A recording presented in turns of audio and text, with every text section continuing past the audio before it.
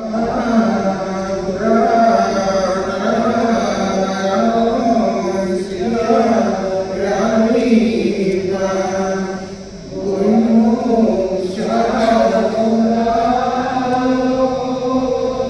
আমি অসমৰ কাৰণে টাই আহোম বুলিয়ে নহয় বিভিন্ন জাতি জনগোষ্ঠীৰ লোক সন্মিলিত প্ৰচেষ্টাত গুৱাহাটীত আমি এই অনুষ্ঠানটো আজি পাতিছোঁ। এইটো এটা আমাৰ খুব অসমৰ কাৰণে খুব গৌৰৱৰ কথা, কাৰণ অসমৰ আমাৰ সকলোৱে জানে চৰাইদেউ যি মৈদামথলী বিশ্ব ঐতিহ্য আমাৰ 43তম ঐতিহ্যৰ স্বীকৃতি লাভ কৰিছে। আৰু এই গোটেই অনুষ্ঠানটোৰ কাৰণে যিসকল মূল পুৰোধা ব্যক্তি আছিলে তেখেতসকল আমাৰ ডক্টৰ কে.চি. নুৰিয়েল ছাৰ আছে, লগতে ডক্টৰ যোগেন ফুকন ডাঙৰীয়া আছে, ডক্টৰ ডি.পি. কুলি ডাঙৰীয়ানী আছে।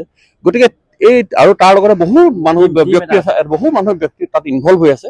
ইনভলভ হৈ পেলাই অনুষ্ঠানটো আজি এটা এনেকুৱা এটা আমাৰ গোটেই অসমখনৰ কাৰণে ভাৰতবৰ্ষৰ কাৰণে এনেকুৱা এটা গৌৰৱৰ দিন।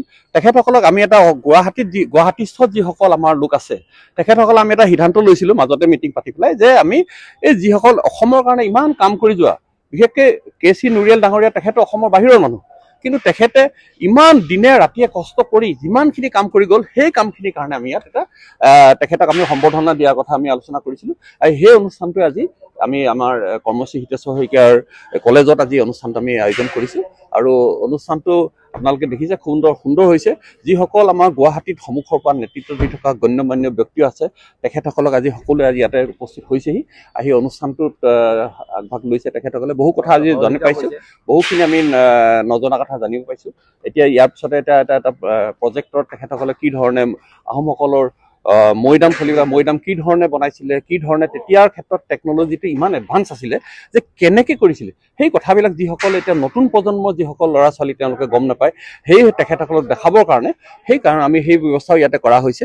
সেই ব্যৱস্থাখিনি আমাৰ ষ্টেট আৰ্কিঅলজি ডিপাৰ্টমেণ্টে এই অনুষ্ঠানটো সেই আগ ধৰি পেলাই তেখেতে সেই কামখিনি কৰিব। চৰাইদেউৰ মৈদামক ৱৰ্ল্ড যি হেৰিটেজ চাইট ঘোষণা কৰা হ'ল, কিন্তু চৰাইদেউ মৈদাম বনাইছে টাই আহোমসকলে, কিন্তু ভাৰত চৰকাৰে টাই আহোমক জনজাতিকৰণৰ কোনো গুৰুত্ব দিয়ে, সেইটো বিষয়ে কি ক'ব?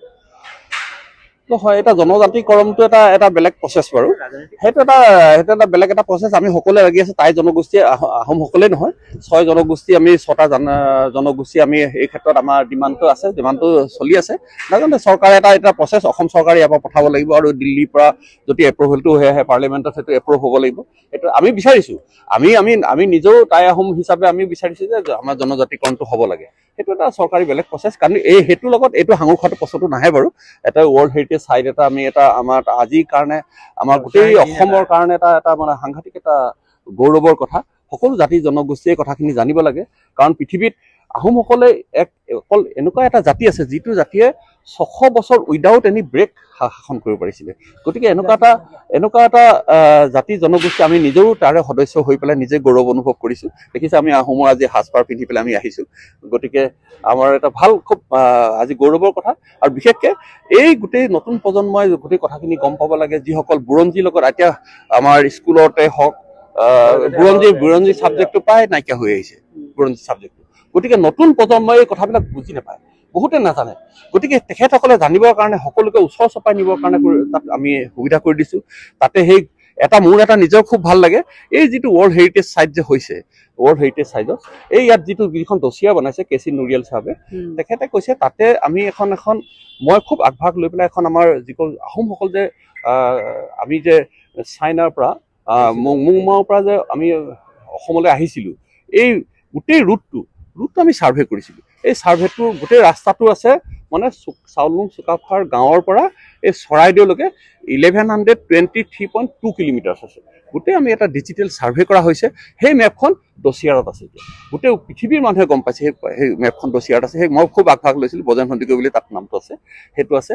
তাৰ উপৰি আৰু এটা হৈছে কি, তাত আমি আমি মিউজিয়াম কৰিছিলোঁ, এক্সক্লুচিভলি আহোমসকলৰ মিউজিয়ামটোত কি হৈছে, যিসকল সচৰাচৰ বুৰঞ্জীত মানে আমি পঢ়িবলৈ পাওঁ, কিন্তু তেনেকুৱা ধৰণৰ কোনো নাই। যেনেকৈ চাউলুং চুকাফা কি ধৰণে চুফানপাৰ পৰা বিদায় লৈ আহিছিলে, বিদায় লৈ অহা মুহূৰ্ত এনাই দেউকৰ পৰা কেনেকৈ বিদায় লৈ পেলাই আহিছিল, সেই মুহূৰ্তটো তাত উল্লেখ কৰা আছে। 7 ৰাজক 1 ৰাজ কৰা কি ধৰণে তাত সেইখিনি কথা উল্লেখ আছে।